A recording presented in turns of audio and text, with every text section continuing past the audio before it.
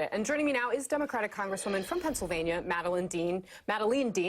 She was one of the 9 impeachment managers appointed in the wake of the January 6th attack.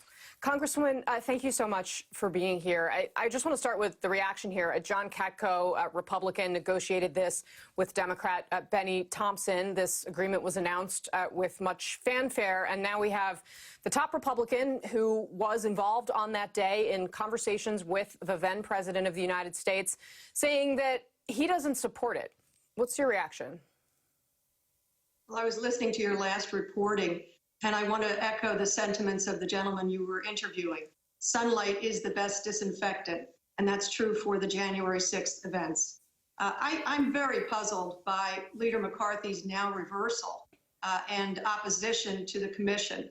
Not only does he undermine his own member, Mr. Katko, who negotiated a bipartisan, equal 5 and 5 members with equal subpoena power commission, and it would be independent.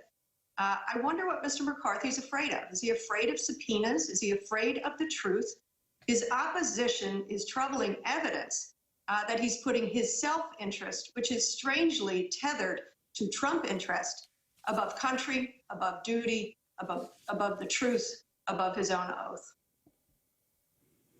What's your sense of how this happened? Because I realize you're on the Democratic side, but you had a negotiator in the room with Congressman Katko. You had to have been operating under the assumption that he would have had the blessing from his leaders to actually crack this deal here that was then, of course, announced. Do you understand how this sequence of events came to unfold? No, and of course I don't have the privilege of knowing that, except it's a repeated pattern with the Republican conference. McCarthy has said one thing, and then within a day or two, he reverses himself. So this is leadership really struggling with itself to figure out who it is. But very, very clearly, I think Mr. McCarthy does not want to subject himself or his members to subpoenas. I was there on January the 6th. I was in the chamber. I was escorted out with many other members and members of the journalistic community and staff in a gas mask. We were all dangerously close to destruction, to mayhem, and to death. And again, I will say thank you, Capitol Police, for saving so many lives. Mr. McCarthy was there. He knows how dangerous January the 6th was. He should welcome this commission. And if it should find any facts or circumstances that lead down other paths, so be it. But I don't know what he's afraid of and why he's protecting us, the American public, against the facts. After all, for us to move on, we have to know exactly what happened here. You can't just brush this one under the rug, because if we do that, we are dangerously close to suffering this again.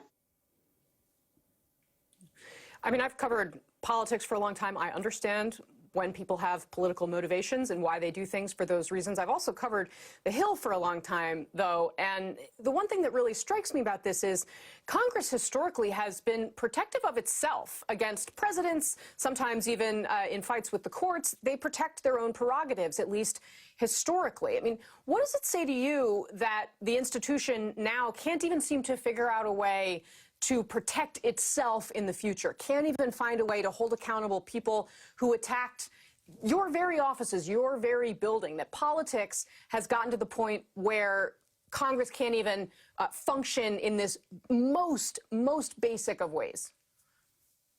I'm stunned by it. It's absolutely against why any one of us came to Congress. We uphold our precious democracy. We're sworn to protect and to serve and to make sure we preserve democracy. It is utterly baffling to me, and it must be about power, an attempt to retain power or to grab power in the future. It is also a strange fealty to a failed president and to failed policies.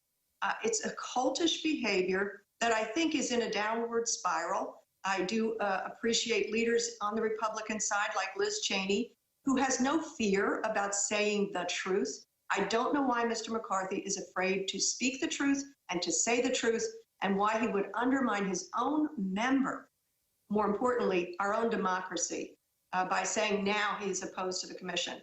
Remember, this was a joint session, and it was a joint session with the Republican vice president, with people chanting, "Hang Mike Pence."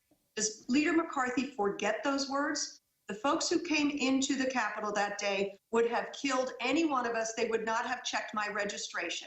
They would have killed any one of us.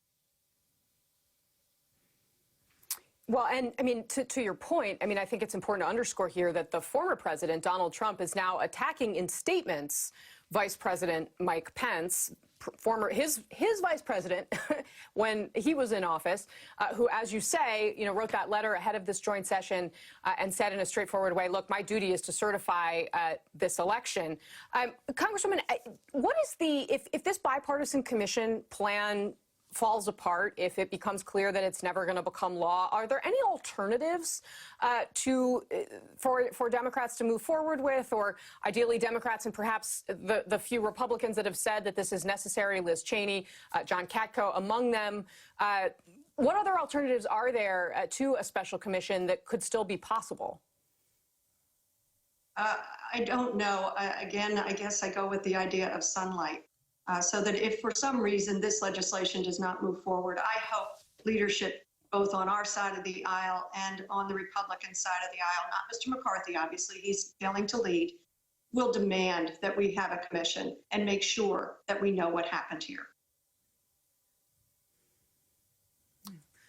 All right. Congresswoman Madeleine Dean, I think we just lost her at the very end of that interview there, but we really appreciate her time. We're now going to bring in Mike Memoli, White House correspondent here at NBC News, because we are waiting for